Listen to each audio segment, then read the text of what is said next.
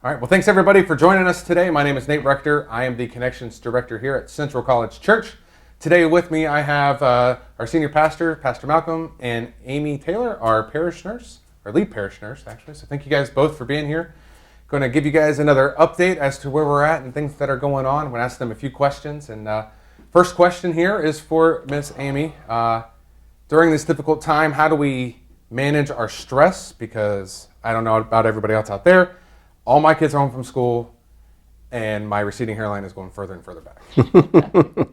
It is a very different time for a lot of people, a lot of stress, like you said, working from home. And I know at our house we have short-term visitors and a baby, and Ashley's working at home, and I'm trying to work at home, and it's a lot. So, but yeah, so you need to think about what happens in your body during a time of stress. We are designed beautifully by God to respond in stress by different hormones being released, and it gears us up and gets us ready. So say you're being, chased by a bear, the whole flight or fright type thing, that you can get out of the way and be done. But our bodies are then designed to, calm back down, and that goes back to normal. We don't often, thankfully, get chased by bears anymore. But if you are under stress for a long period of time, your body still responds to the same way, whether it's children's stress or work stress or health stress, whatever that is. And if you stay there too long, then things start happening to the body. Yeah. And so we see things like, your natural cortisone or like a steroid in your body production stays up. And then it can lead to things like, increased insulin resistance. So increases your risk of diabetes, can increase inflammation throughout your body, so it can increase your heart disease risk, can add, fat around the middle, all sorts of lovely things that happen when we stay like that, because we're not designed to stay in that state. Yeah. Okay. So some ideas I had, some on a more faith-based idea. I've got some props today for you, but there are some good, and I don't know if you guys can even see this. We'll have this information on our website, I think, too, but some different apps that you can use. There are meditation apps. I know people are learning a lot more about meditation and the benefit of it. There's one called Abide, which is actually a Christian one that I kind of found the other day. Can lead you through things, can help you with stress, can help you with sleep, just a variety of things. There's one called Calm, C-A-L-M, that I've used that before. And you can do different lengths of time. I mean, if you have 10 minutes a day, it can just kind of help you focus on your breathing, try to chill yourself out a little bit. There's also one called Centering Prayer, which is a good one, and again can kind of lead you through. I know we're doing a 24-hour prayer vigil here at the church, and so there might be some tips from that can kind of help you focus too while you're praying and really develop your prayer life more. I like to do I've got a couple different devotion books, and these are just ones that I like. There are so many good ones out there. One is called Jesus Calling by Sarah Young. And both of this and Wake Up to the Word are both 365 devotions. Mm-hmm. What I have found lately, I've been waking up in the morning and I read one and I read another one right before I go to bed, because I'm the person that has trouble getting to sleep. That's when my brain starts working and I start worrying about everything under the sun. Another thing we'll put on the website, this is 101 Ways to Cope with Stress. And I use these in some of the classes that I teach. Now, some of them are not going to be as appropriate, like ask a friend for a hug right now. It'd be a virtual hug. But there's a whole lot of different things that you can do that might help you. Some of them sound silly, but again, sometimes it's just whatever you find what works for you. Okay. So I'd recommend that. And then the other thing, and this will kind of be a process as well, but we will put these on, is exercise, because exercise is not only good to keep us all from ballooning up as we're at home and eating junk food and all sorts of things like that, but it helps with stress, big time. Yeah. So I've got a couple booklets. One is with using the stretch bands. If you have ever had home physical therapy, you probably have some of these. And, if you don't have, I have like a pole in my basement I can put around to hold it, but if you tie a knot in it, you shut a door in it, like any kind of a door actually, and then you can use it. That anchors it for you. And you can do arm and leg exercises. You can do them standing, sitting, that sort of thing. So we'll put some of this information on the website too, just some ideas. And then we're also going to be working with some of more professionals to maybe try to do some workouts based on different ages. Great. And so things that you can do at home. Hopefully our weather's going to be perking up here towards the end of the week, and we can get out and exercise more outside, as long as we're social distancing and that sort of thing. So those are some suggestions I have for that. Well, great. Thank you so much. Sure. Definitely, the exercise is one thing that my family is going to start doing, because you said the weather's going to be nicer. My running shoes come in this week, so I'm excited for that. Pastor Malcolm, on a pastoral side, how do we keep our, that spiritual mind, kind of piggyback off of what Amy said, from the pastor's perspective? What do you have for us with that? Well, first I should comment that when Amy talked about ballooning around the waist because of stress, and she glanced down this way, this is not stress. This is just cheeseburger. This is pure cheeseburger. And I am exercising at home, so. So I really think there's not a lot of things we have to do to add to the stress and add to the schedule. That's the difficulty. I don't have time to do an hour Bible reading more on top of it, and my kids are here, my wife's here. It's really just paying attention to our orientation towards things.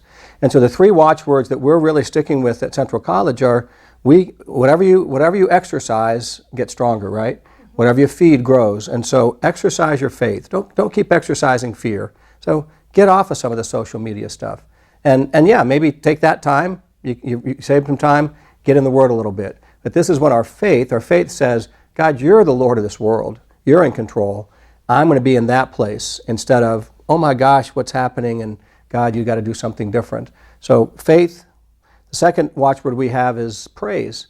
We were made to praise God. In fact, all of creation was made to praise God. And we're at our best when we are actually focused on that which is most beautiful, most glorious.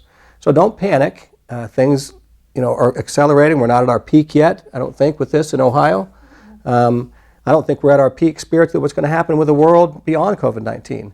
But we don't have to panic. Instead, we find ways to praise God and share those stories with other people. I've just heard some incredible stories of what God's done in timing with people's lives, providing for them in this. So faith, praise, and the last is help. Find a way to help somebody.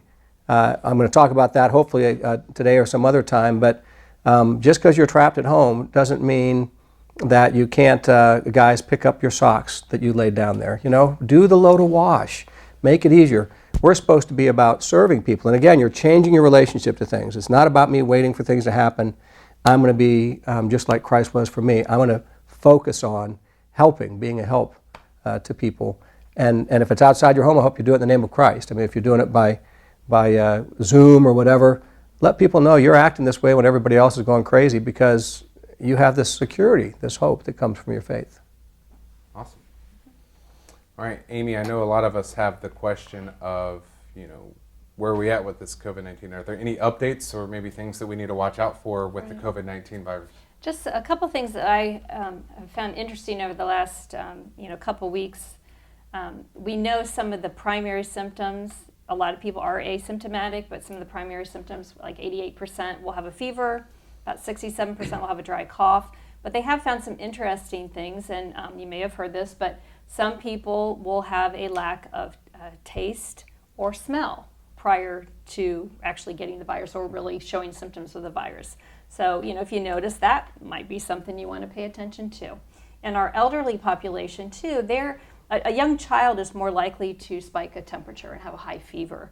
An elderly person, just at any time, is not as likely to have a fever. And so some of the things they're finding with elderly people, the first symptoms could be just overwhelming fatigue and really intense body aches. So, I know if you're talking to somebody, a lot of times if you're 87 years old, you're probably going to have some aches and pains. But is it a great deal more than you normally have? So those are some important things to think about.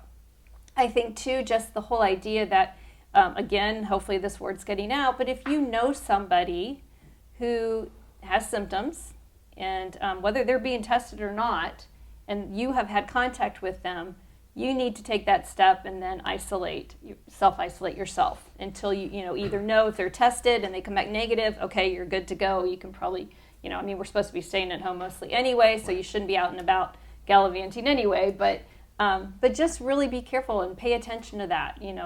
Particularly if somebody is important, has tested positive, you need to then, and you've been with them, you need to act as if you also are positive and stay home, because there's a lot of spread that is kind of under the radar, and that's how this is happening. One final thing, again, back to my props. I know some people, you see people out and about with their masks. There's still kind of juries out on whether all of us should be wearing something. Right. Definitely we should not all be wearing N95 masks if you have access to them, because those are the ones healthcare workers really need. I think they're looking at whether homemade ones, can provide some protection. Yeah. But if you're going to wear gloves, and these are huge on me, you probably can't see that, but if you're going to wear them, first of all, obviously, they're just like your hands. You don't touch your face with them on. And then when you're done, you don't use your bare hand to pull them off. So what we do in the medical field, you pull it down here, actually, so you're not touching your skin. You turn it inside out. That's like in case your pastor high-fived you right then. Right, exactly, Got right. And then you put this one in here, again, pull underneath so it's clean, and you've got a nice little thing. And then you throw them away. I saw ones on the ground. I had to go to Kroger for a prescription yesterday. But that's how you throw them away. That's how you're not contaminating yourself or anybody else when you take them off. So as soon as you touch your face or something like that, you should probably switch out your gloves and Probably, yeah. Okay. Yeah, and probably wash your face if you've been touching face. things.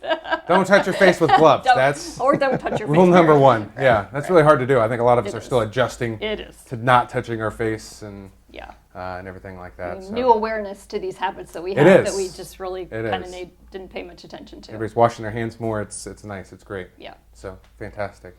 Pastor Malcolm, during all this crisis and the situation here, what are we doing as Central College Church to stay more connected to our congregation and community and those things? Can you Sure, speak on that a little bit? like many of the churches, we've had to really rely heavily on our tech team, you connecting people, because we have to do a lot of stuff virtually, like this, live streams and recorded stuff. We've got stuff going out from our schools. The teachers are continuing to teach their kids. The preschool teachers are continuing to do experiments and book reading. We just recorded chapels today for our students. Yeah.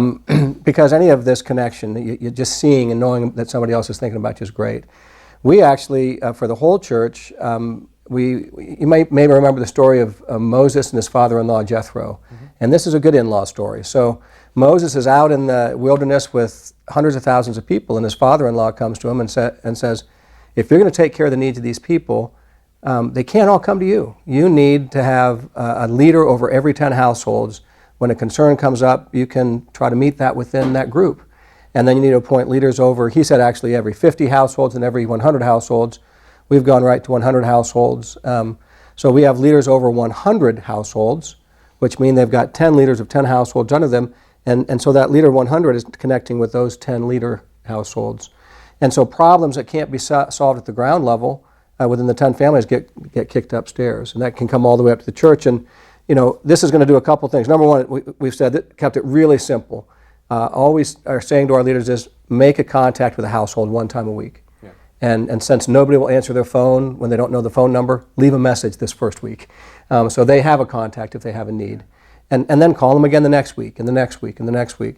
And as there's a concern, and we'll see concerns. There'll be people who can't pick up a prescription because their immune system is compromised, and for some reason they didn't arrange to have it delivered. They talk to their leader of 10 when they call them and say, I don't know how to do this.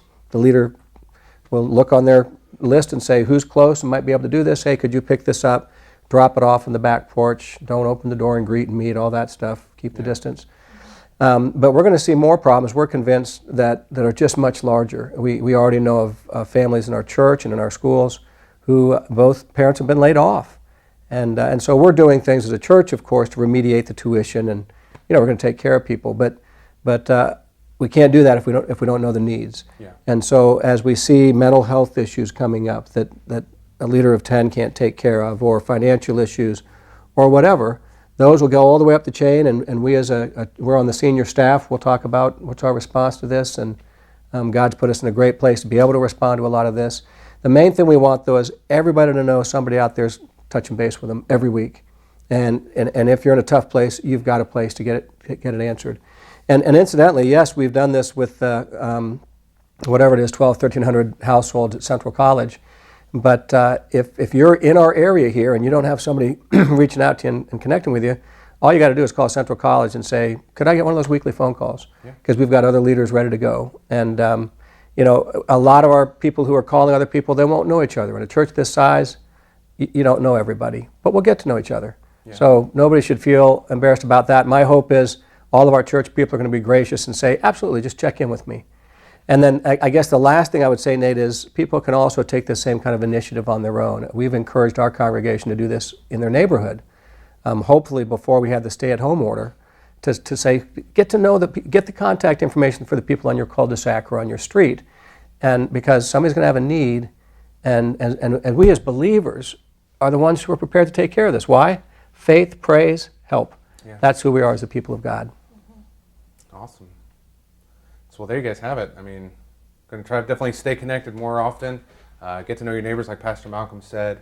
If you do need help, like Pastor Malcolm said, our church office is open. Feel free to call us 614-882-2347. You can talk to our staff and get signed up to be a part of this, and get somebody connected with you as well. We'd love to partner with you and become part of your family here at the church. So awesome. Well, if you haven't yet already and you are not following our Facebook page, I encourage you to like and follow our Facebook page so you can get these updates regularly. We post every day a daily Bible verse to help encourage you first thing in the morning. So I would encourage you to do that. This Sunday, we will be having our drive-in service again, April 5th at 9:30, so you can bring your family out to that. Everybody stays inside their cars. It's a great time, a great place to worship within your car. So as we move forward together, just stay encouraged, stay blessed, and continue to be strong and courageous.